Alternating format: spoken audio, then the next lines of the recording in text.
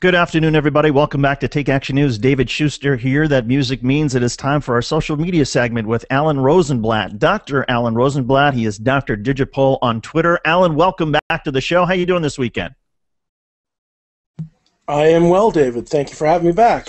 Good to have you as always. So, Alan, we've been talking a lot about White House petitions, and there's a fascinating petition, and that is to make distributed denial service, DDOS, a legal form of protesting. First of all, explain what that is and why this petition is so significant.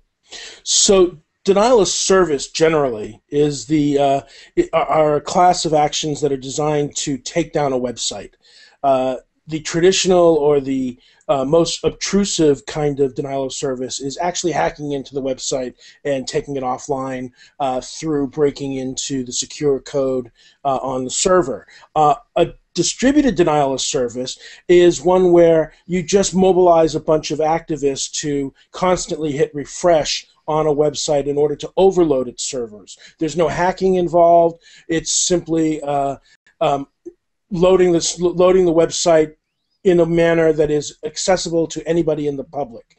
That is the technical differences between the two.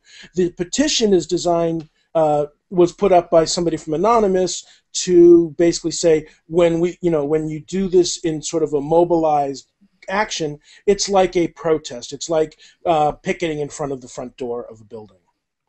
And so, how many signatures are on this petition now?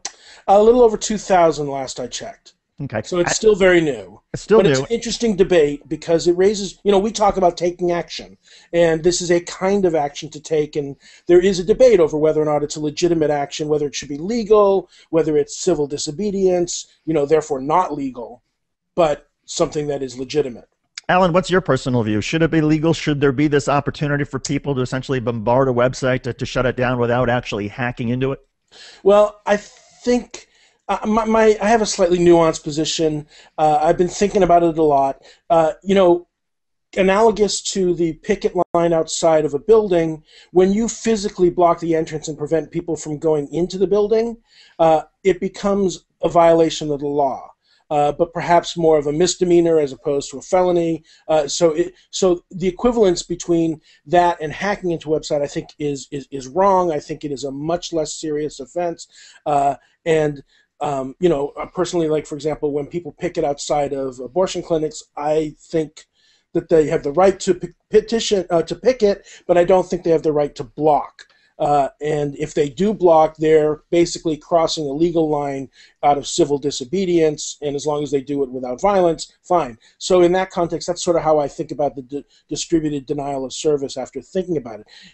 The idea that it is a legitimate way to do protest, well, I think civil disobedience is a legitimate way to do protest.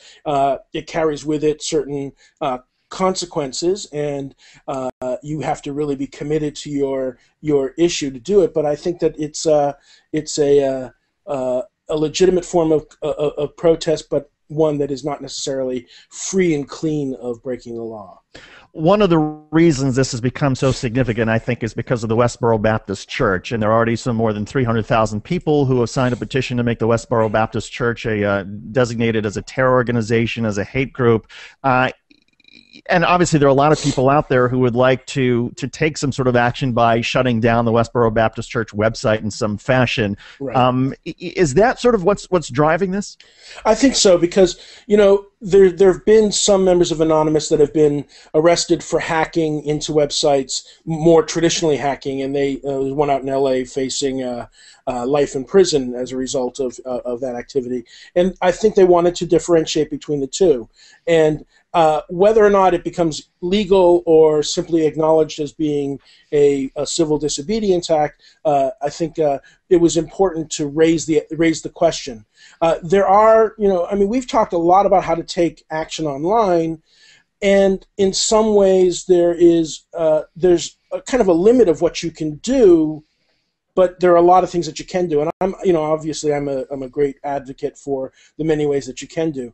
So let's contrast the distributed denial of service of refreshing a website over and over again to overflow the traffic, to say flooding a Facebook page for the same organization or company with comments on their page. The difference is that when you disrupt the website that way, if you're successful at bringing it down, you're disrupting the other side's ability to speak for a period of time of the disruption.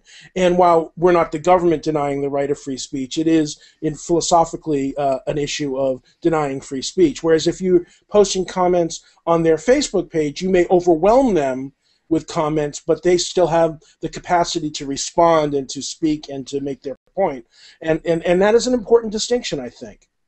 Alan, we've been covering the war on Westboro, OpWBC on Twitter. This is the effort by so many folks to try to block Westboro protests, to sort of mess with their website, to take the website down. Where do things stand? What has happened over the last week or two? I know that things have quieted down a little bit since Westboro, literally since the Newtown shootings, when because the services ended, their memorial services. But where do things stand now in terms of the war on Westboro? Well, it seems pretty quiet. In fact, I've seen some comments back and forth about whether or not they should take a break, or would this be a mistake to take a break. And I think the strong voices out there are saying it would be a mistake to let up. So there hasn't been anything particular that I've seen pop up in the last week, but I wouldn't be surprised if something does.